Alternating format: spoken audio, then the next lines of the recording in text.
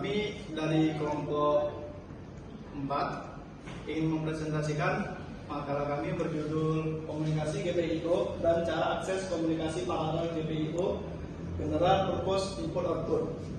Nah, di sini saya tidak sendirian, saya ditemani oleh Dandi Darmansyah, Adil Akbar Simatupang, Harun Al-Rashid, Cynthia Putri Widya Siregar, Nabila Intan Jahrani, dan Gita Aulia. Untuk mempersingkat waktu, marilah kita langsung saja ke intinya. Saya silakan kepada materi 1 untuk mempresentasikan materinya. Di sini saya Cynthia Putri Widya Siregar sebagai materi pertama. Metode penelitian. Yang pertama, memahami konsep dan prinsip kerja GPIO. Yang kedua, menguasai komunikasi paralel GPIO beserta kelebihan dan kekurangannya. Yang ketiga, mempelajari cara mengakses dan mengkonfigurasi komunikasi paralel GPIO.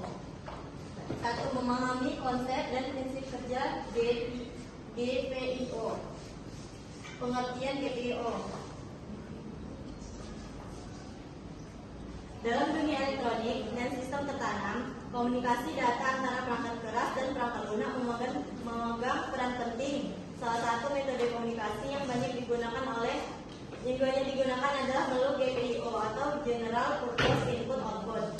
GPIO merupakan kumpulan pin input atau output digital yang dapat diprogram untuk berbagai kebutuhan seperti membaca sensor, mengontrol aktuator, atau melakukan komunikasi data.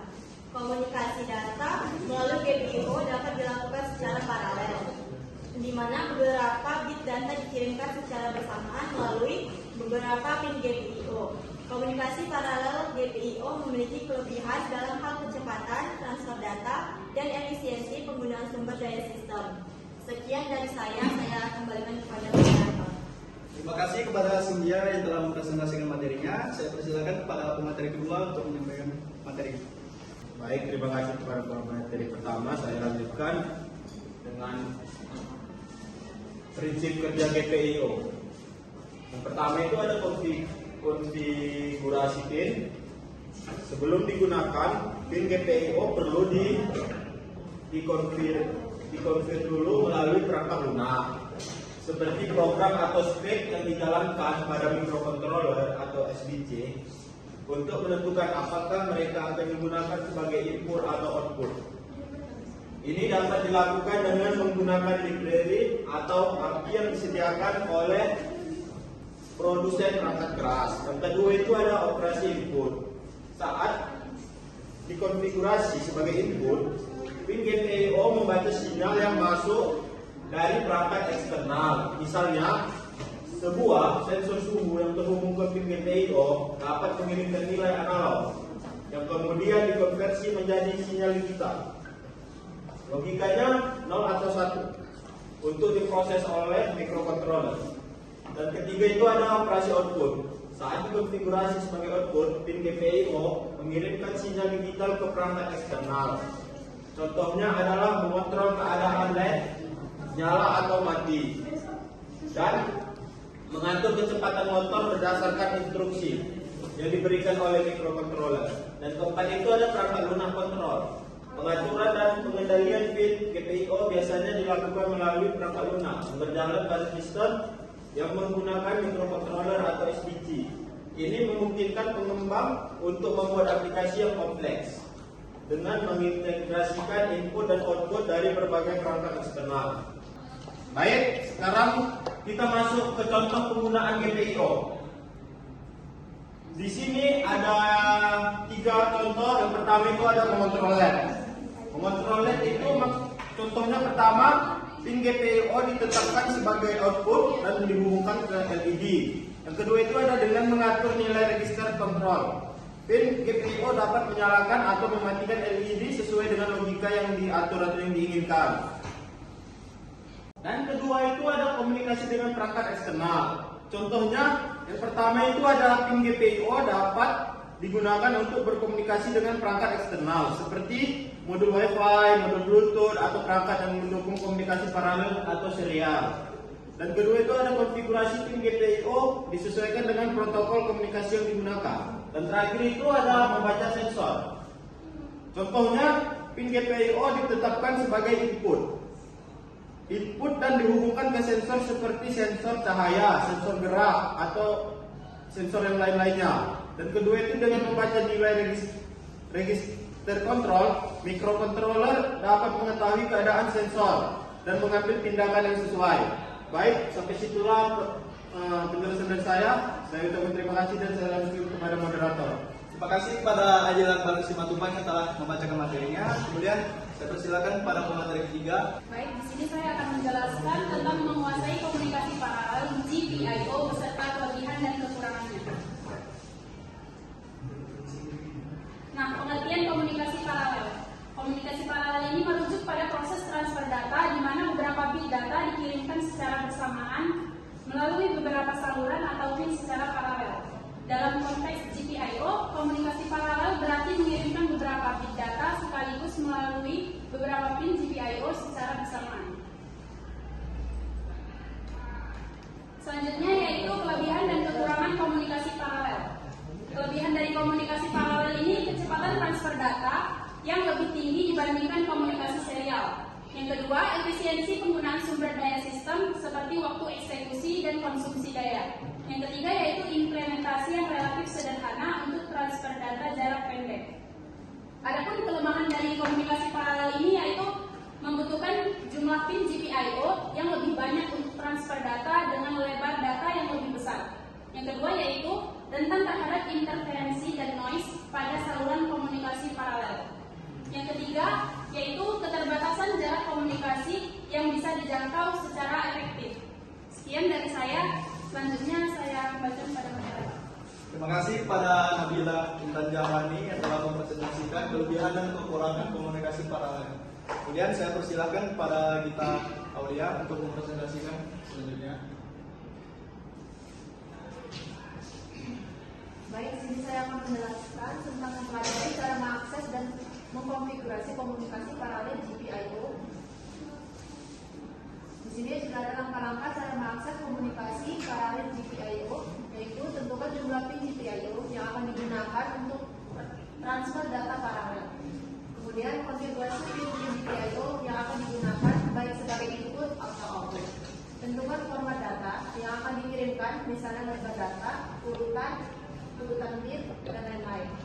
Program microcontroller atau sistem tertanam untuk mengirim dan menerima data melalui pin GPIO sesuai dengan format data yang telah ditentukan.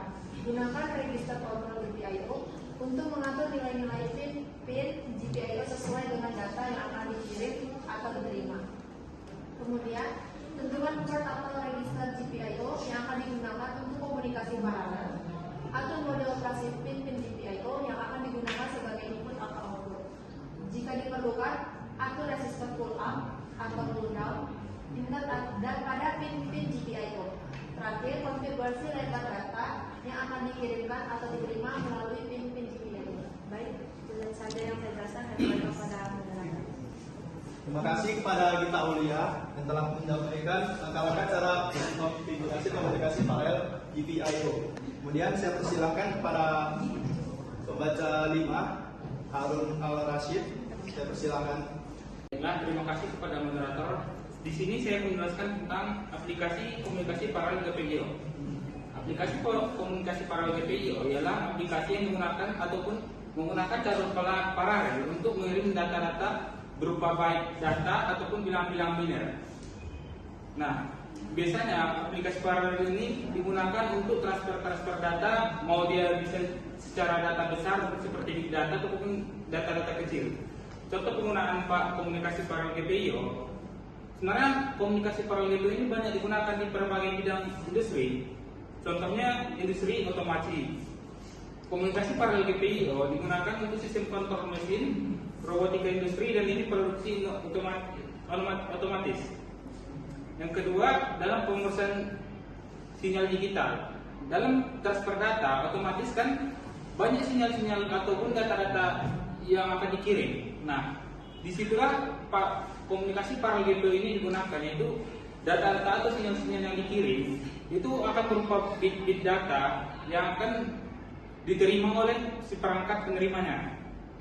Nah, yang ketiga, instrumentasi ilmiah. Dalam bidang instrumentasi, peralatan laboratorium dan eksperimen biasanya menggunakan paralel GPIO yang digunakan sebagai hasil dari sebuah penelitiannya.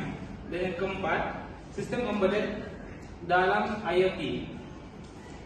Nah, dalam IoT sebenarnya kita sudah tahu kalau paralel GPIO ini sering digunakan. Contohnya ialah untuk kontrol mesin. Misalnya ketika kita ingin menjalankan mesin hanya menggunakan HP ataupun misalnya dalam IoT kan kita mungkin pernah buat sebuah perangkat yang dimana perangkatnya itu merupakan kontrol dari Blink. Blink itu aplikasi kontrolnya kan. Nah, dari kita kontrol itu kita ngirim pesan untuk aplikasi yang kita jalankan. Jadi ketika kita ingin si aplikasinya nyala, maka nyala dari kita cukup klik tombol nyala dari Blinknya.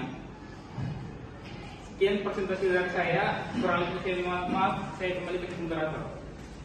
Terima kasih kepada Harun Arasyid yang telah menjelaskan.